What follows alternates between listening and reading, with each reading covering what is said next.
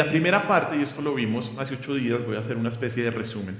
En la primera parte vimos 3 características de cómo podemos honrar a Dios en nuestros trabajos. 3 características. Y la primera característica para trabajar como Dios quiere, para honrar a Dios en nuestros trabajos, es obedecer en todo al jefe.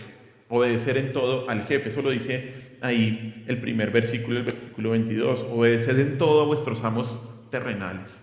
Y este versículo muestra la absoluta obediencia que el esclavo debía tener a su amo. Y en nuestro contexto quiere decir que debemos obedecer las órdenes de nuestros jefes sin importar la labor que nos encomiendan. No importa si es importante o si es intrascendente, si nos gusta o nos disgusta. La responsabilidad del empleado es obedecer a su jefe, pero lo hace entendiendo que de esa manera obedece a Dios. Para eso debe entender eso, que el primer jefe de cada uno de nosotros es el Señor.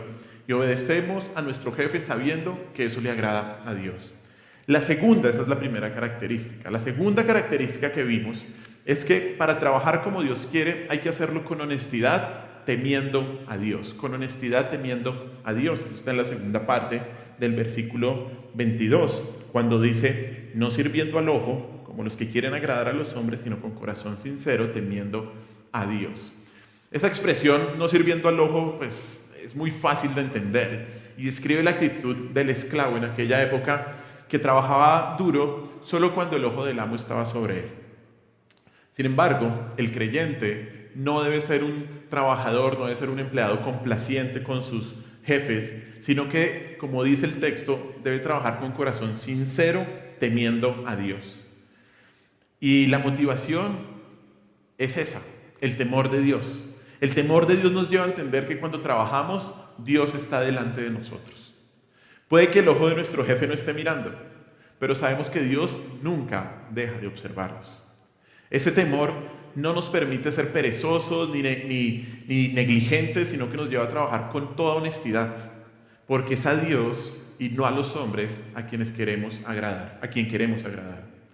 Esa es la segunda característica. La tercera característica que vimos hace 8 días es que para trabajar como Dios quiere, debemos hacer todo esforzadamente como para Dios. Hacer todo esforzadamente como para Dios. Y estuvimos estudiando esa raíz de la palabra hacedlo, que significa una actividad que implica un considerable gasto de energía, un considerable esfuerzo, que describía una persona que trabajaba en una viña a un agricultor, que se levantaba desde la mañana, desde antes de que saliera el sol y se iba a acostar ya muy tarde, llegando la noche. Y ese es el ejemplo que debemos tener cada uno de nosotros en nuestros trabajos. Como creyentes debemos trabajar esforzadamente porque debemos hacerlo como para el Señor y no para los hombres. Nuestro último amo y jefe es Cristo y debemos hacer nuestros trabajos, nuestras labores y nuestros oficios para Él, solo para Él. Como creyentes debemos entender que sin importar el trabajo y sin importar el oficio, lo debemos hacer con la mayor dignidad, con el mayor esfuerzo posible, porque lo hacemos para el Señor y porque buscamos darle la gloria a Él y solamente a Él. La voluntad de Dios es que trabajemos obedeciendo en todo a nuestros jefes, con honestidad temiendo a Dios y esforzándonos porque Dios es nuestro mayor jefe. La pregunta que ahora vamos a resolver es ¿por qué debemos hacerlo? ¿Qué nos debe motivar a trabajar de esta manera? ¿Cuál es la razón? Y esa respuesta la vamos a tener en los versículos a continuación, en el versículo 24 y el versículo 25. Estos 2 versículos nos van a dar 2 razones por las cuales los trabajadores deben hacerlo como Dios quiere. Vamos a ver 2 razones por las cuales debemos trabajar como Dios quiere. Y la primera razón está en el versículo 24. Lo quiero volver a leer. Dice así: sabiendo que del Señor recibiréis la recompensa de la herencia, porque a Cristo el Señor servís. La primera razón para trabajar como Dios quiere es que recibiremos una recompensa gloriosa de parte de Él. Recibiremos una recompensa gloriosa de parte de Él. El versículo 24, y mire siempre su Biblia, comienza con la palabra sabiendo, la cual significa ya que sabéis, ya que sabes esto. Por lo tanto, el sentido de los esclavos es que debían trabajar para el Señor y no para sus amos humanos, ya que saben, ya que conocen que van a recibir una recompensa del mismo Señor. Esa frase que dice, del Señor recibiréis, significa recibir en su totalidad lo prometido. Y asegura el cumplimiento de lo que se va a recibir. No es algo, una probabilidad. No estamos jugando si el jefe está de buena gana o no. No, aquí está hablando de Dios. Y ahí dice, del Señor recibiréis, y nos asegura el cumplimiento de lo que se va a recibir. ¿Qué se va a recibir? Dice, la recompensa de la herencia. Y afirma lo que el esclavo va a obtener si trabaja bien. Y en este caso, dice ahí, la palabra dice, es una herencia que vamos a recibir. Es el lenguaje de la herencia. Esta palabra de la herencia, cuando usted la rastrea en toda la Biblia, específicamente en el Antiguo Testamento, está relacionada con el pueblo de Israel, que se le prometió como herencia la tierra prometida cuando salió de Egipto. Siempre en varios versículos se muestra eso, que esa era la herencia. Cuando vamos al Nuevo Testamento, la palabra herencia también está presente, pero ya no tiene un aspecto terrenal, sino un aspecto celestial. Acompáñame a 2 versículos. Vamos primero a Gálatas, capítulo 5, versículo 21. Gálatas 5, versículo 21. Y está hablando ahí Pablo sobre las obras de la carne.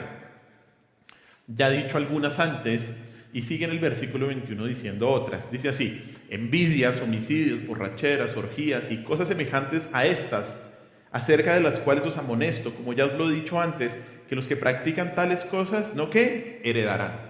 No heredarán el reino de Dios. Ahí nos está hablando, quienes practican esto significa que no son creyentes, porque si lo practican, pues muestran que no son verdaderos cristianos. Ellos no que heredarán el reino de Dios. Otro versículo, mire, vaya conmigo a Hebreos capítulo 1, versículo 14. Ya más casi al final de su Biblia. Hebreos capítulo 1, versículo 14. Dice así.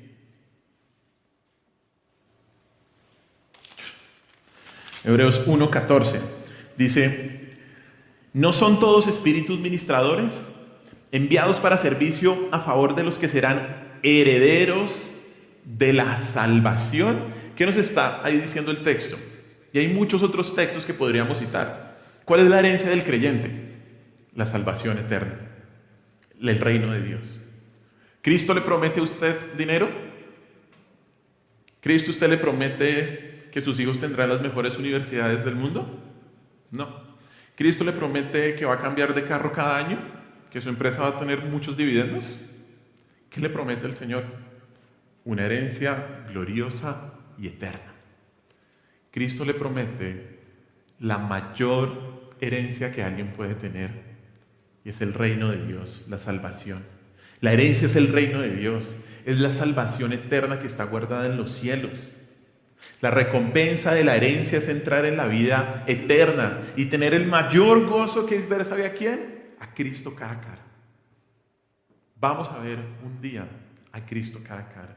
Y esa va a ser la mayor recompensa que podamos obtener. Mayor que cualquier otra cosa. Y pongámonos en los zapatos de estos esclavos del primer siglo, esto debió ser muy significativo para un esclavo. Un esclavo que, bajo la ley romana del primer siglo, no tenía ningún derecho a poseer propiedad alguna. No tenía absolutamente ningún derecho, no tenía nada. Él no era poseedor de absolutamente nada. Y en un momento llega Pablo y le dice, trabaja bien, porque si lo haces, vas a heredar algo mucho mejor que cualquier posesión humana. Aquí a los esclavos se les está asegurando nada menos que el cielo. Nada menos que el cielo. Es posible que los esclavos que venían a Cristo no tenían una herencia en ese mundo por el cual pudieran esperar, pero pueden esperar una herencia mucho más importante, una que nunca perecerá, una que nunca se estropeará, una que nunca se desvanecerá, ni nadie se la gastará. Miren un versículo más allá al lado de Hebreos, Primera de Pedro, capítulo 1, versículo 4. Primera de Pedro, capítulo 1, versículo 4. De hecho, leamos desde el 3. Dice, bendito el Dios y Padre nuestro, Señor Jesucristo, que según su grande misericordia nos hizo renacer para una esperanza viva por la resurrección de Jesucristo de los muertos. 4. Para una herencia incorruptible, incontaminada e inmarcesible, ¿reservada en dónde? Reservada en los cielos. ¿Dónde está reservada la herencia de ustedes, hermanos? ¿Aquí en la tierra? Les han mentido si les han dicho eso. ¿Dónde está nuestra herencia? ¿Dónde está nuestra recompensa? En el cielo, cuando veamos a Cristo cara a cara. Una herencia que nunca perecerá, que nunca se estropeará, ni nunca se desvanecerá. Y esto, una vez más lo digo, debe ser muy significativo para los esclavos, porque esta herencia la compartirán exactamente en igualdad de condiciones con todos los demás creyentes, incluidos sus amos. Esto, escucharlo para un esclavo del primer siglo, debió ser maravilloso, entender que su herencia iba a estar segura, que Dios la iba a guardar. Y la herencia es eso, es la gloria celestial, es esa futura bendición. Los esclavos no tenían herencia en esta tierra, ni nada que pudieran llamar suyo, ni siquiera podían adquirir propiedades, pero les esperaba una herencia rica y gloriosa en los cielos. Y por eso, con esa esperanza, con esa recompensa puesta ahí al frente, ellos debían trabajar, debían sufrir, debían esperar, y de esa manera encontrarían una recompensa inmediata en sus trabajos y en sus labores, porque sabían que había una herencia, había algo que les esperaba y que nadie se los podía arrebatar, porque Cristo se los aseguró. Cristo se los aseguró. Finalmente, y vuelva ya a Colosenses, el versículo concluye diciendo que esa herencia celestial será dada por Cristo, dice ahí al final del versículo 24, porque a Cristo el Señor servís, porque a Cristo el Señor servís. Y esta manera de escribir a Cristo como el Señor es la única aparición para Cristo en las Escrituras, cuando ahí dice Cristo el Señor. Es la única referencia que tenemos con los dos nombres del Señor ahí, Cristo y el Señor, Cristo el Señor. Y lo que está mostrando es un énfasis en el señorío de Cristo. Un énfasis en que el esclavo debía entender que Cristo es su Señor, no su amo terrenal, Cristo es su Señor. Lo que hablamos hace 8 días, que por eso cada esclavo debe trabajar con todo el esfuerzo posible, con toda la diligencia, con toda la honestidad, porque Cristo es el Señor. Cristo es el Señor. Esto describe al esclavo entregado a la voluntad del amo, sirviendo continuamente porque lo hace con solo un objetivo, y es la gloria y el honor del amo, no la propia. No alcanzar una recompensa terrenal. Y esto quiere decir que en todo momento el esclavo debe saber que siempre está sirviendo a Cristo el Señor. Siempre. Y una vez más aquí nos muestra un énfasis que Pablo ha tenido en toda la carta. Pablo está colocando la mirada de los esclavos ¿dónde? En el cielo. Como ahorita cantábamos. Debemos poner nuestros ojos ¿dónde? En el cielo. Arriba, en la eternidad. Pablo les está recordando que su verdadero amo, que su jefe mayor es Cristo, no el amo terrenal a quien están esclavizados. Y es solamente de Cristo que deben esperar una recompensa, solamente del Señor Jesús. Pregunta: ¿por qué en tu trabajo debes obedecer en todo a tu jefe? ¿Por qué en tu trabajo debes trabajar con honestidad temiendo a Dios y esforzarte al máximo? ¿Será que lo estás haciendo esperando que te suban el sueldo? ¿Será que lo haces para que te den más bonos o quizás para que te asciendan en la empresa?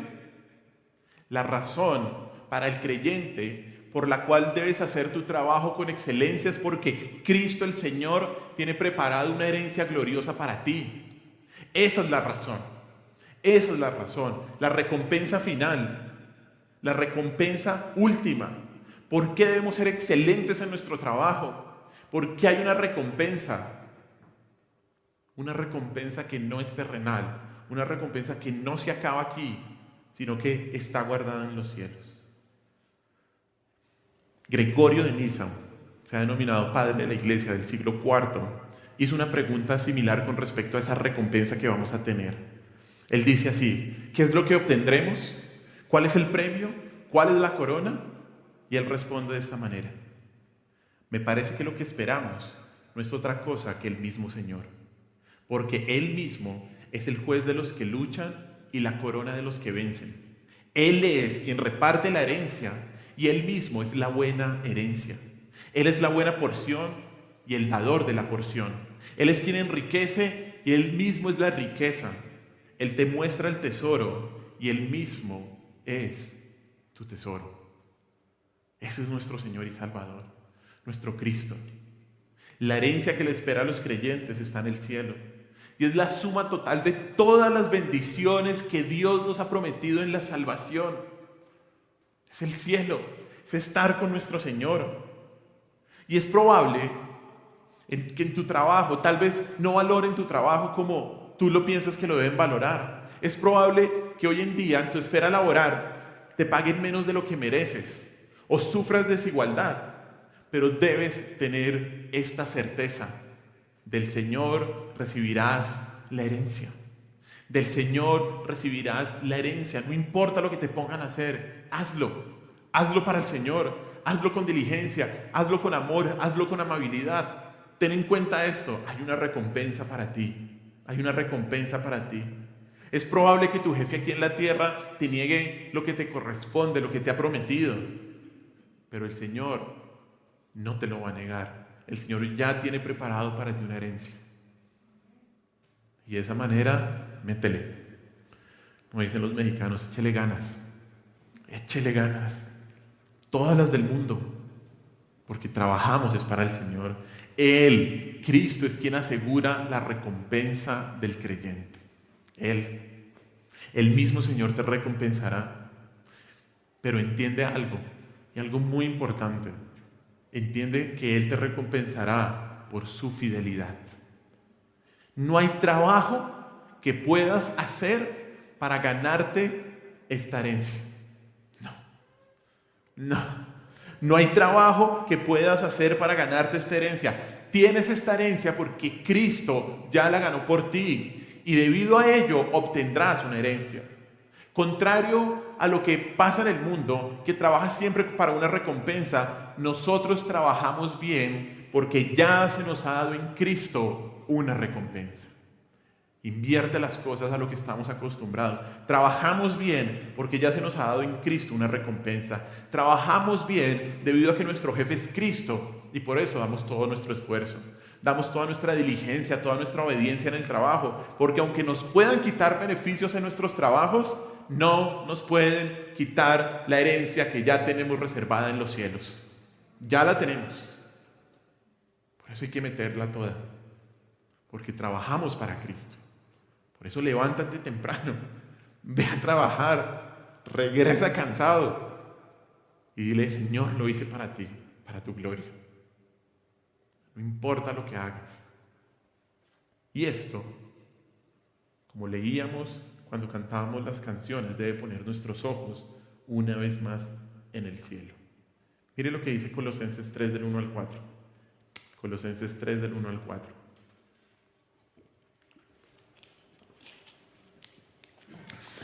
Dice: si pues habéis resucitado con Cristo, buscad las cosas de arriba, donde está Cristo sentado a la diestra de Dios.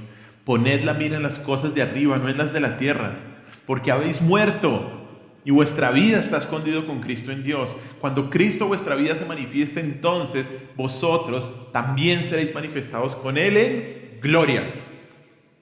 En gloria. Yo le pido al Señor que me haga entender esto y que me haga ser menos terrenal. Yo le pido al Señor esto: Señor, ayúdame a poner realmente mi mirada en los cielos y no en la tierra. Mi mirada en los cielos y no en la tierra. Aquí dice: hemos resucitado con Cristo. Si te has arrepentido, si has aceptado el sacrificio de Cristo, si Cristo es tu Señor y tu Salvador, si te has reconciliado con Dios, hemos resucitado con Cristo. Cristo es nuestra vida. Nuestra vida está escondida en Dios. ¿Qué debemos hacer? Mirar al cielo, más allá del sol. Poner la mirada en los cielos. Esto era muy importante para un esclavo. Por eso es que el esclavo podía empezar a hacer todo para Dios, porque entendía que, claro, es que no soy de este mundo, es que estoy de paso por este mundo. Por eso puedo hacerlo todo para el Señor. Poner la mirada en los cielos. Debemos poner nuestros ojos una vez más en el cielo.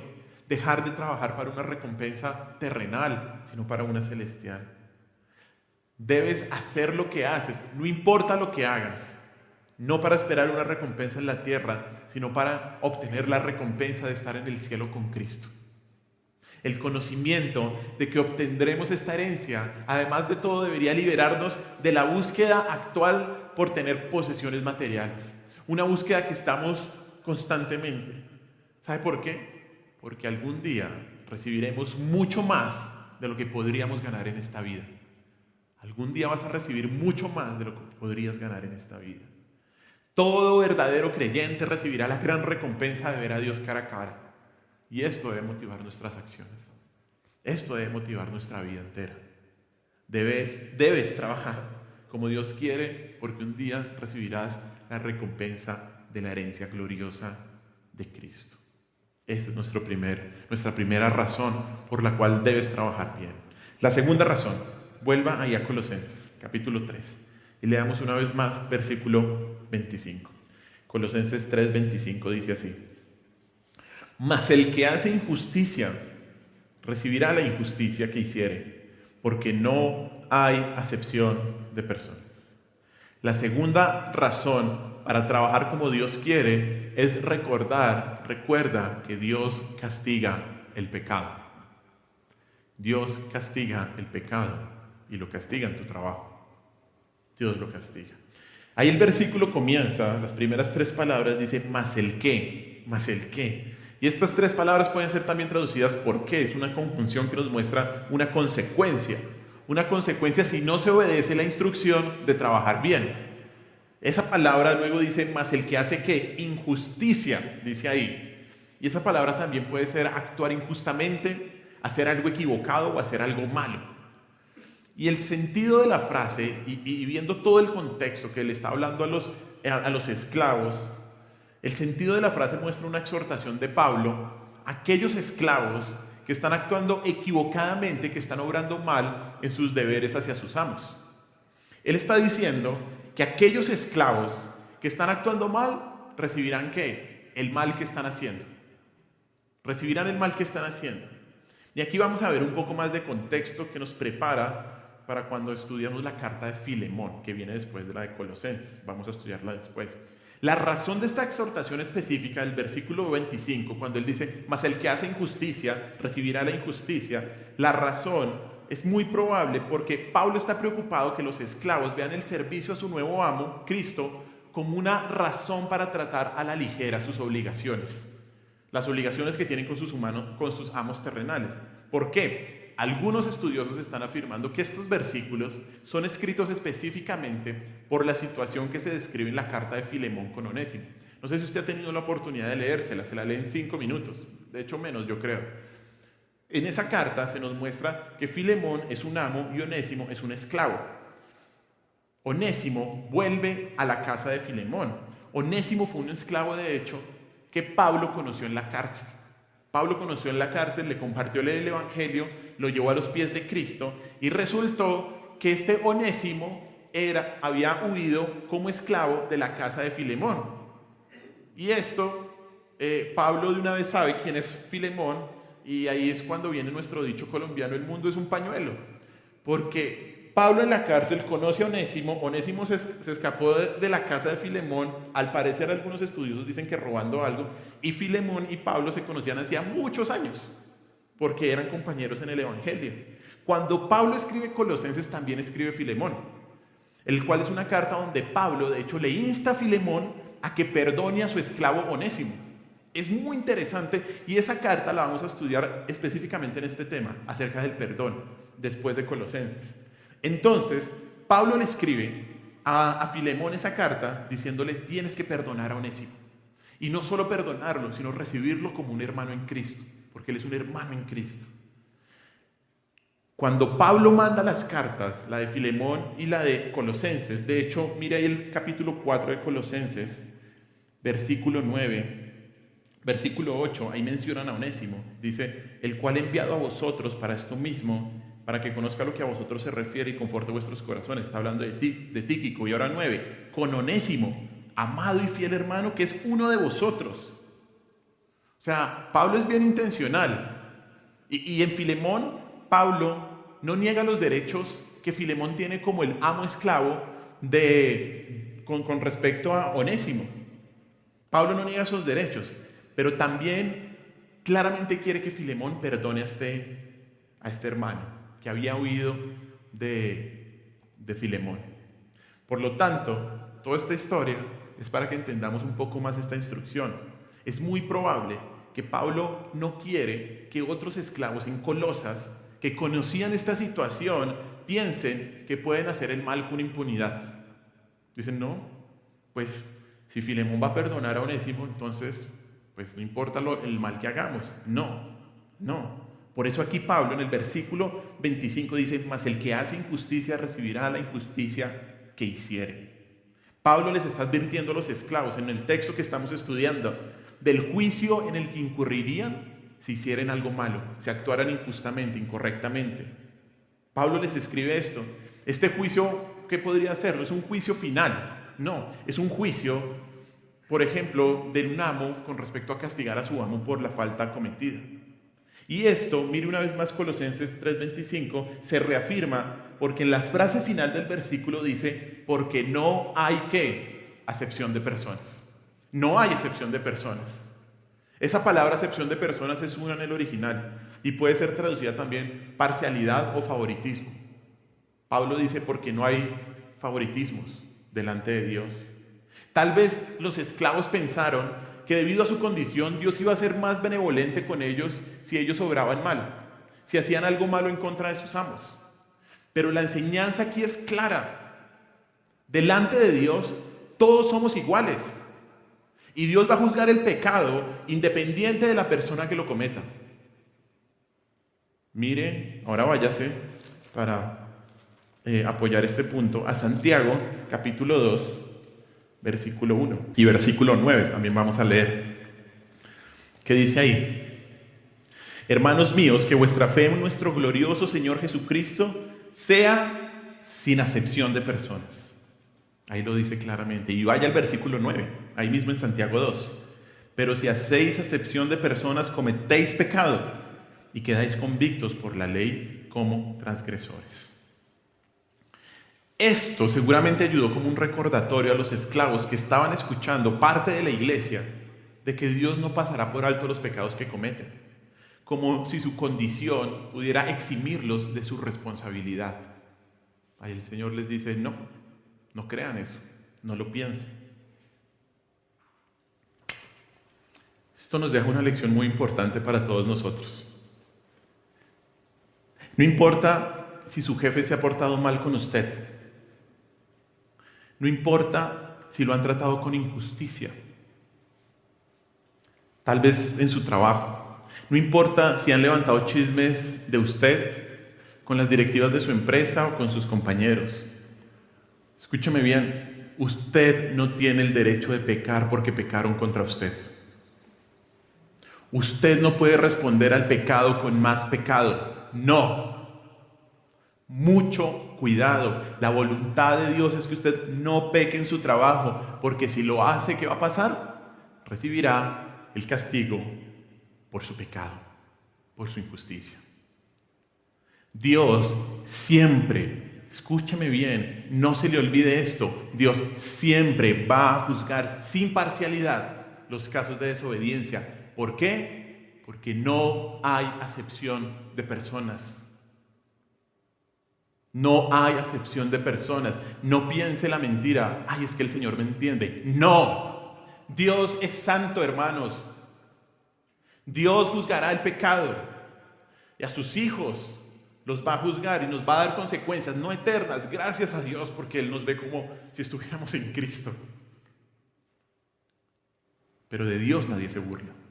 Gálatas 6:7. Gálatas 6:7. ¿Qué dice? No os engañéis, Dios no puede ser burlado, pues todo lo que el hombre sembrare, esto también segará.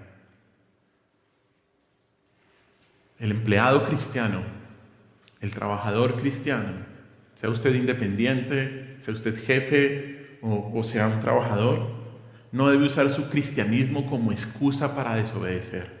No debe pensar, es que porque mi jefe es injusto, entonces yo voy a hacer lo mismo. No, no. Como hijos de Dios, nosotros también cosecharemos lo que sembramos. ¿Por qué? Porque Dios es imparcial en sus juicios. Porque el pecado, en primer lugar, es un pecado contra Él. Debemos entender cada vez más quién es Dios. Tener un concepto elevado de quién es nuestro Dios. Así que mucho cuidado. Se lo digo con todo el cariño, con todo el respeto, pero con toda la firmeza. No sea tan atrevido de pensar que Dios está a su favor cuando usted peca en el trabajo o cuando usted peca. No sea tan atrevido de pensar, es que yo soy el consentido de Dios, la consentida de Dios y Dios me entiende. No sea tan atrevido de tratar al Señor de esa manera. Mucho cuidado. De hecho, es probable que el juicio de Dios sea más severo con usted. Porque si usted, conociendo a Dios, no hace lo que Él quiere, la disciplina puede ser más dura para que usted aprenda. A veces eso pasa, cuando uno conoce más y peca, la disciplina es más dura. Mire lo que dice 1 de Pedro 4:17. 1 de Pedro 4:17. Dice así: porque es tiempo de que el juicio comience por la casa de Dios. Y si primero comienza por nosotros, ¿cuál será el fin de aquellos que no obedecen al Evangelio de Dios? Evidentemente, quienes no conocen el Evangelio de Cristo es condenación. Pero mucho cuidado, porque muchas veces las personas creen que por estar pecando y que no pase nada, Dios se hace el de la vista gorda. No. De Dios nadie se burla. De Dios nadie se burla. Debes hacer tu trabajo como para Dios. Debes hacer tu trabajo como para Cristo. Y también con este temor de Dios de ofenderlo, de no pecar contra Él en tu trabajo. Bueno, para trabajar como Dios quiere, recuerda siempre que Dios castigará el pecado. Dios castigará el pecado. Aquí se acaba la sección sobre los trabajadores, pero no se acaba la predicación. Ya, no se ponga contento. Yo dije, ya nos vamos. Salimos temprano hoy. No. Hemos aprendido que la voluntad de Dios es que trabajen bien obedeciendo en todos sus jefes, con honestidad temiendo a Dios, esforzándonos porque Dios es nuestro jefe mayor. Y las razones que nos da el texto es porque lo hacemos para recibir una herencia gloriosa y porque Dios castiga el pecado. Aquí se termina esta sección. Pero ahora nos falta un versículo más por estudiar. Y es con respecto a la responsabilidad de los jefes. Dice el capítulo 4, versículo 1. Y solo un versículo. Amos, haced lo que es justo y recto con vuestros siervos, sabiendo que también vosotros tenéis un amo en los cielos. Solo un versículo. Algunos estudiosos también dicen que es probable que solamente es un versículo por la situación de Filemón, por todo esto. Pablo necesitaba explicar varias cosas de los esclavos para que también ellos no creyeran o no malinterpretaran la enseñanza con respecto a Filemón. Lo primero que hay que notar de este versículo es que es muy interesante cómo, a diferencia, y hablamos esto en las anteriores predicaciones sobre padres, esposos, hijos, y aquí también lo notamos, cómo a diferencia de otros códigos de comportamiento del primer siglo, aquí amonestan a los amos. Y la amonestación o la exhortación que se le da a los amos de lo que deben hacer nos muestra que deben preocuparse por ser amables en el trato con sus esclavos. Esto, cuando usted lee la historia del primer siglo y ve cómo un amo trataba a un esclavo, pues esto no se encontraba por ningún lado. Por ningún lado. Porque los esclavos eran una propiedad, un poquito más que una cosa. Y esto es muy notable que la Escritura esté mostrando, y ahorita vamos a hablar algo al final sobre esto, lo que esto va a producir, cómo hay un trato muy importante y que Dios toma en cuenta con respecto a los amos y sus esclavos. La responsabilidad del amo, usted la ve ahí en capítulo 4, versículo 1, descrita con la palabra haced. Es un mandamiento, esa palabra. Muestra un mandato que el amo está obligado a obedecer de parte de Dios, de parte de la Escritura. ¿Y qué es lo que el amo debe hacer? ¿Qué es lo que Dios requiere de los amos terrenales? Que traten a sus esclavos ¿cómo? Con justicia y con rectitud. Con justicia y con rectitud, les dice así: haced lo que es justo y recto con vuestros siervos. Haced lo que es justo y recto con vuestros siervos. Esa palabra justo viene también de una raíz que significa regla o derecho. Regla o derecho. Y se refería al cumplimiento de las obligaciones y de las cosas que estaban de acuerdo con el derecho. En la Biblia también es traducida como correcto. Hacer lo justo es hacer lo correcto, lo que está bien. Y se refiere usualmente para describir una conducta que cumple con los estándares establecidos por Dios. Por otro lado, la palabra recto significa semejanza o igualdad. Algo recto en el original es algo semejante o igual. Y se refiere a lo que es equitativo y a la manera justa de tratar a cualquier persona. Una persona recta trata a otra sin distinción y le da igual valor a una persona como a otra. Estas dos palabras aparecen juntas en la filosofía griega, en la filosofía moral griega, y a veces como sinónimos. En algunas ocasiones mostrando a la palabra justicia o equidad como una extensión de lo que es correcto, de lo que es recto. Lo que es justo es lo que es ¿qué? Equitativo. Por lo tanto, lo que la Escritura está diciendo es que los amos deben tratar a sus siervos, a sus esclavos de manera correcta y de manera equitativa. Deben tratarlos con justicia y deben tratarlos con equidad. Ese es el trato por el cual los amos, por el cual los jefes van a ser evaluados. La justicia y la rectitud. La razón que nos da el texto por la cual los amos deben tratar así a sus esclavos, dice ahí: sabiendo que también vosotros tenéis que un amo en los cielos. Un amo en los cielos. Pablo les explica a los amos que ellos deben saber que en todo momento, que en todo tiempo, hay un amo celestial que está supervisando sus labores. Hay un amo en los cielos que está supervisando lo que hace cada amo terrenal. Los dueños de los esclavos tal vez podrían orgullecerse de su posición en la sociedad, de su posición en el hogar, y naturalmente a veces estarían muy tentados a abusar de esa relación, a abusar de esa posición. Pero los dueños que son creyentes, los amos creyentes, deben recordar que son responsables ante un amo superior, que es ¿quién? Cristo, que es el Señor Jesús. De hecho, ellos mismos son ¿qué? Esclavos de Cristo. Cuando ahí dice que también vosotros tenéis un amo en los cielos, por implicación que está diciendo que el amo es un esclavo, así como el esclavo. Y todos, y esto es un término que describe al cristiano en el Nuevo Testamento, que somos ¿qué? Esclavos de Cristo. Esa palabra siervo la mayoría en las Reinas Valeras, la Reina Valera, debía ser traducido a esclavo. Ese es el sentido que los escritores del Nuevo Testamento querían darle, para que entendiéramos que no somos solamente como empleados asalariados, no. Estamos bajo el señorío y somos esclavos de Cristo. Todos, los esclavos y los amos en esa época. Y por lo tanto, ese amo en los cielos no va a mostrar favoritismo. No va a mostrar favoritismo cuando juzgue, repartiendo a los esclavos y a sus dueños el castigo si hacen algo en mal, si hacen algo equivocado. ¿Qué nos está mostrando este texto? Que los esclavos y los amos son iguales ante Dios en Cristo. Y por lo tanto, los amos creyentes deben tratar a sus siervos cristianos como hermanos en Cristo. Como hermanos en Cristo.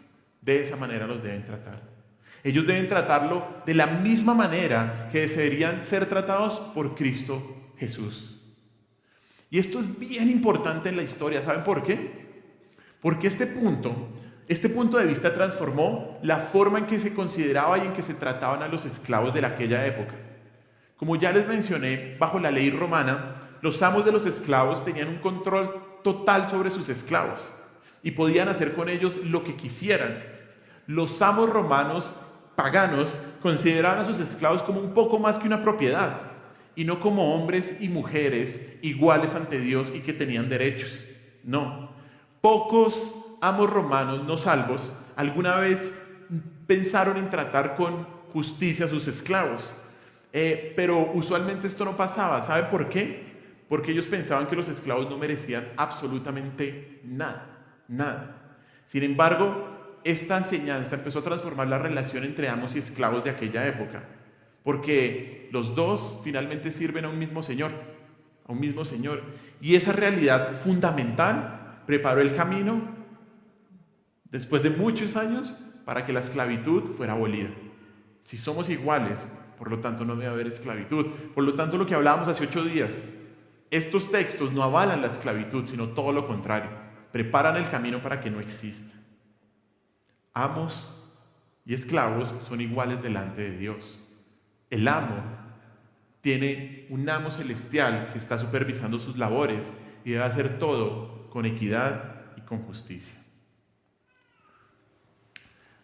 Ya sea que seas dueño de tu propia compañía, ya sea que tengas personas a cargo en tu trabajo, que seas jefe de alguna área en tu empresa, la instrucción de Dios es que debes tratarlo correcta y equitativamente porque Cristo está supervisando tus acciones. Cristo está supervisando tus acciones. Pregunta: ¿tratas a tus empleados o tratas a tus subordinados de esta manera? ¿Con justicia y con equidad? ¿Eres justo en la paga que les das? ¿Los haces trabajar horas extras a cambio de nada? Cuando hablas con ellos, ¿les hablas con amabilidad o con orgullo? Como jefe, debes recordar que tienes un jefe en los cielos. Tienes un jefe en los cielos que está supervisando tus acciones. Debes ejercer esta función con el pleno entendimiento de que tú eres un esclavo de Cristo. Eres un esclavo de Cristo, quien es el amo sobre todos nosotros. Tu conducta debe ser justa y equitativa hacia aquellos que tienes a tu cargo.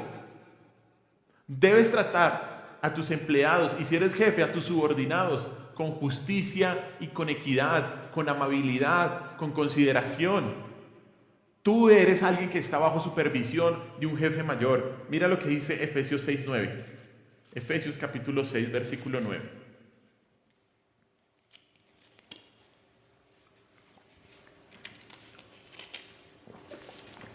Dice así: y vosotros, amos, haced con ellos lo mismo, dejando las amenazas, sabiendo que el Señor de ellos y vuestro está en los cielos, y que para Él no hay acepción de personas. Aquí Pablo nos amplía un poco más esto, ¿no? Nos dice que debemos tratar a los empleados de manera igual, porque no hay acepción de personas, porque tenemos un amo en los cielos. Además menciona algo bien interesante que sucede muchas veces en estas relaciones de jefe y de empleado, ¿no? Dejando las amenazas. Mucho cuidado si eres jefe, si tienes personas a tu cargo. Mucho cuidado con amenazar a alguien. Mucho cuidado, así no lo hace un creyente. En este momento podrías estar en un lugar de poder y de prominencia, pero nunca olvides esto. Nunca olvides que un día estarás ante tu amo celestial y darás cuenta de todo lo que sucedió en tu vida y en tu corazón, incluso en tu trabajo. Incluso en tu trabajo. Por eso debes hacerlo bien. Debes darte cuenta de que como tus empleados son responsables ante ti, tú tendrás que responderle al Señor en el cielo por la manera como los tratas. Bueno, ten en cuenta eso. Y aquí lo que tenemos es la aplicación en práctica de la regla de oro entre las relaciones entre jefes y trabajadores. ¿Cuál es la regla de oro? Vaya a Mateo 7:12. Mateo 7:12.